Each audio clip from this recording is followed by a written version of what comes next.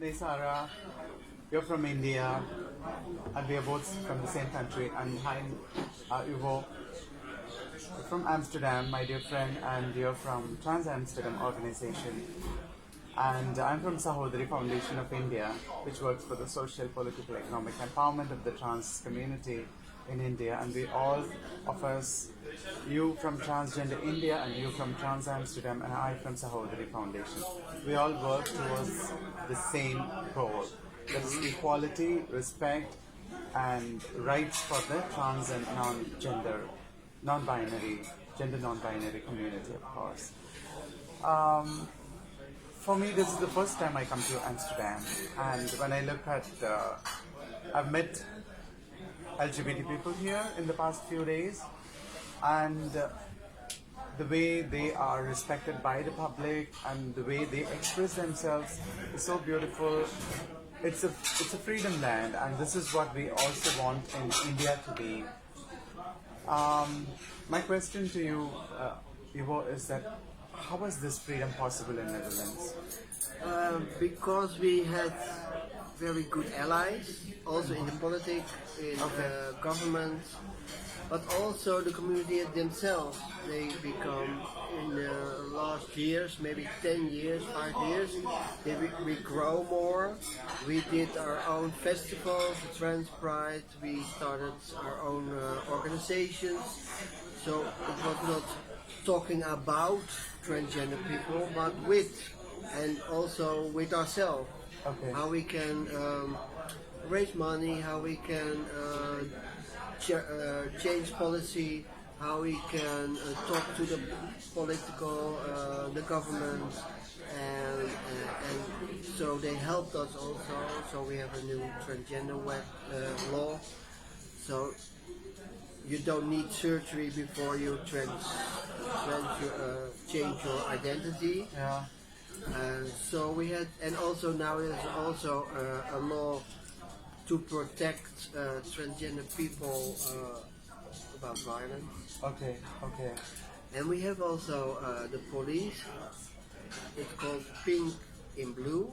Okay. It's the police in whole the country, and they have chapters where and you can ring them if there are violence. You can ring them, or you can complain, and they help you. Wonderful. But the thing is, like, I also see that there are laws to protect the LGBT community. And I know that as an activist, we work with in several ways with several people, several partners, several stakeholders. For example, the government, the Ministry of Social Justice, for example, in India, the policy makers, the bureaucrats and the politicians, we work on them too, and then the judiciary. And then the media, and then the academicians, the universities and colleges and professors. And then we also work within the community, of course, for the community. And we work with the public for breaking the discrimination, breaking transphobia, breaking homophobia and all that. That's how we work in India, and several organizations are all working on different causes, but towards the same goal, of course. Is it the same in Amsterdam? Because I think all over the world, I think Amsterdam is a little more special, like San Francisco also. Was this possible because the community stood up and fought on its own, or you had many allies supporting you? For example, in Tamil Nadu, we also had the progressive writers movements, the rational thinkers, the poets, and the artists who really joined hands with the trans community. And the Tamil Nadu state is the state that actually pioneered the transgender movement in India, the contemporary transgender movement in India. The state actually initiated many progressive developments even before the Supreme Court actually recognized the transgender community. So, was it actually only the trans community that was actually fighting for its own rights, or was it all the allies that were fighting? It's both, I think. It's complex. Okay. So, of course, you need to do it also on your own, because you are the one, or we are the one who can tell what we need. Yeah. So we fight for it, and we did some festivals and go in the public eye. But we also need allies to protect us or to work with. For instance, if you need space to gather, have a meeting, you need people who have the space, and you need funding to organize events. So you need all kinds of partners, but it's always come from the inside. Okay. Because it's so important, because we know what we need, and we know how we feel, and we know what's best for us. So people can ask us what we need, but they can't talk about us without us. Okay. Thank you for sharing that. And Neysara, my question to you is like, you've been living in both the countries, and you know both the cultures, and apart from that, you also know the issues of the trans community and the LGBT community in here and in Netherlands, and also maybe in Europe, and also the issues in India. My question is like, comparing both from your own experiences, and only you can tell this answer because I can't, and even Yvo can't tell it. What do you think India has that Amsterdam or Netherlands does not have? What is it, what the Indian trans people really have, or Indian LGBT people really have? What Netherlands can't have yet, or can learn from Indian people? It's a difficult question because for me, I think you only can answer that question. Yeah. You've asked it in such a way that for me, I feel Indian trans people. I can speak for trans people, LGBT. Yeah, I can speak for them, but it's not my lived experience.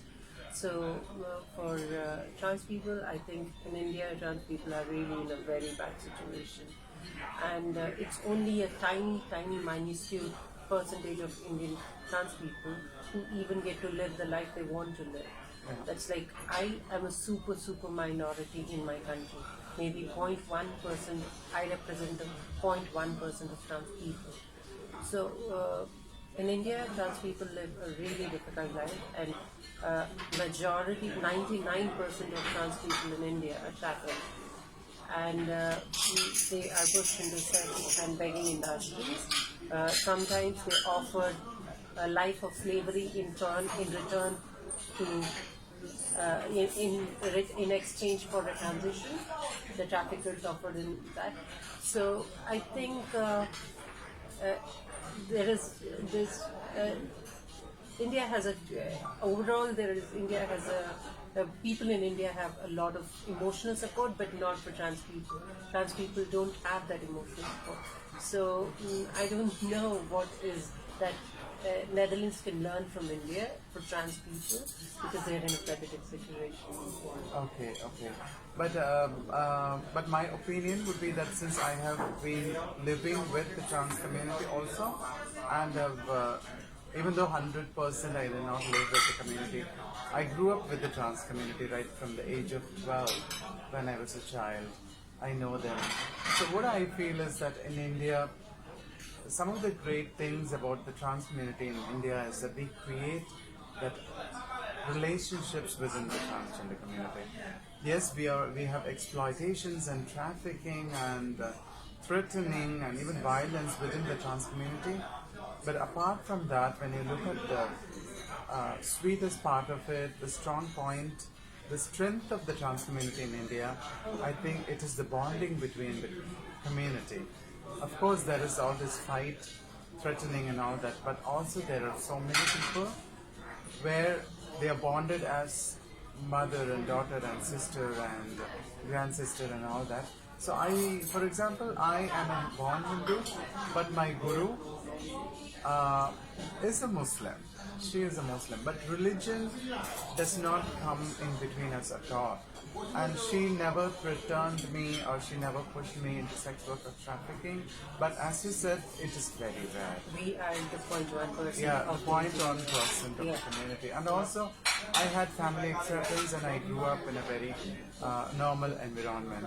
At the same time, I was always in touch with the community people, so I know how it felt to be rejected, and I also know how it is actually to be bonded in the transgender family, artificial families that we create.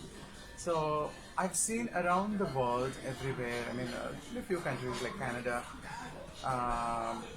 in USA and Canada, and also in Amsterdam now, and also in Germany, and in Thailand too. So I feel like India and probably Pakistan and Bangladesh, we do have a bonding within ourselves. We go through a lot of hardships, but there is within the community there is emotional support. I would really say yes, because I know I have a lot of HIV people living with HIV. I know my friends who are living with HIV. The public, the cis community disowns them, but the trans community does not disown them, because we know how they were infected and what is the cause and all that. So these are some of the positive points that I wanted to share with both of you. For me, it also feels that in India, everything is romanticized about the trans community. And yeah, there are good things about trans family systems, but that again exists in minorities within the trans community. And I've sometimes when I've been inside the trans communities in India as well, and sometimes, most of the times, the stories of beating and there is you can't, when there is, as you said, threatening, beating and all that, that cannot exist in a family. So that power structure within a family, that mother and daughter, a master, guru, which means a master, and chela, which means a slave, master and a slave system, which we call. Why can't it be sisters? Why has it to be a guru and a master and a slave? So But I think it is a master and a disciple, Yeah. not really master and a slave. Sheila, so yeah, I think I stand in a different.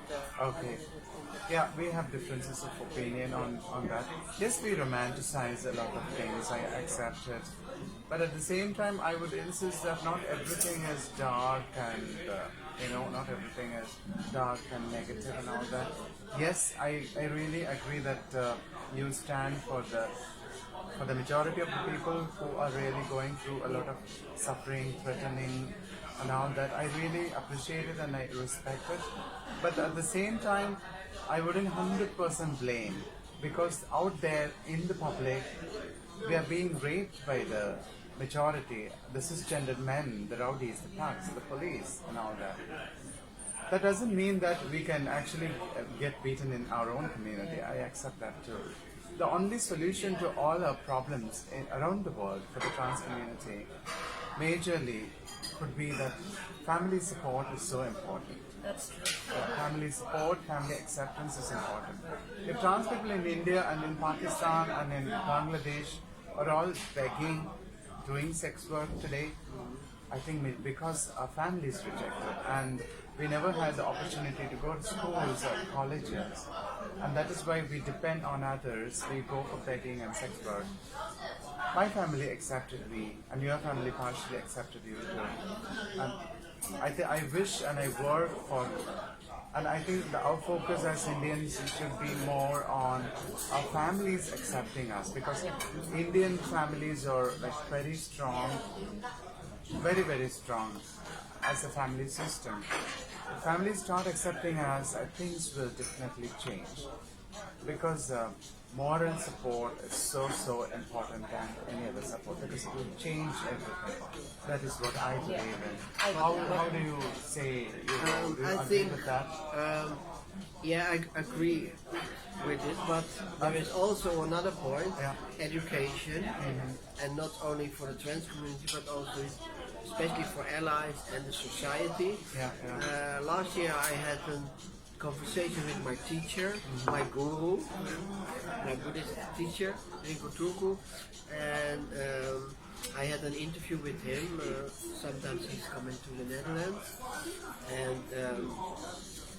and we talked about the trans community. He's very supportive. He helped me with my transitioning, and he also reminded me of education. It's so important to help society educate. Of course, we have to do it ourselves, but I think that society has also, maybe in schools, university, and also in families, it's also about education. If a mother and a father, or two mothers and two fathers, don't understand their child because they are transgender, they need education. It's also about love and supportive, but it's also about education. Yeah. How do you think that it can be improved? For example, as an activist, how do you think we could work together to improve this? It's a big question. I think this is a real good start. That you are here in Amsterdam, that Neysara is living in the Netherlands, and that we, after so many years, we meet you, and that we can work together. And Maybe I could start with a point. yeah, I think TransAmsterdam and the Sahodari Foundation and Transgender India can exchange ideas, and work towards certain goals together. Because we also work on art and culture, there can be a lot of cultural exchanges. But the first point I would add is that all the three organizations can work together on exchange of ideas. I'm actually noting down all the resolutions, some of the resolutions from all the three of us. So can I add that exchanging ideas between the organizations? I think that's very important. That we Okay. work together with ideas and develop. and we make a document. Yeah. What would be your second point? For TransAmsterdam is because now the organization is now 5 years old, Okay. so it's a little child, but we're growing. Okay. And art, we notice that art and culture is a very important goal. It's not a goal, a tool. It's a very what we said about education, art is a very good tool to help educate people also, but also to develop empowerment through art, because when people like a story and we make a book out of it, or they write a poem, we make a book out of it, or a photo exposition, then you have you talk about human rights, but not in the heavy way. So you show, because when you see pictures, it tell everything. Or you read a poem, it's got to your heart. You don't have to discuss things, but you listen and you read and you have a moment of silence. So it's very powerful tool.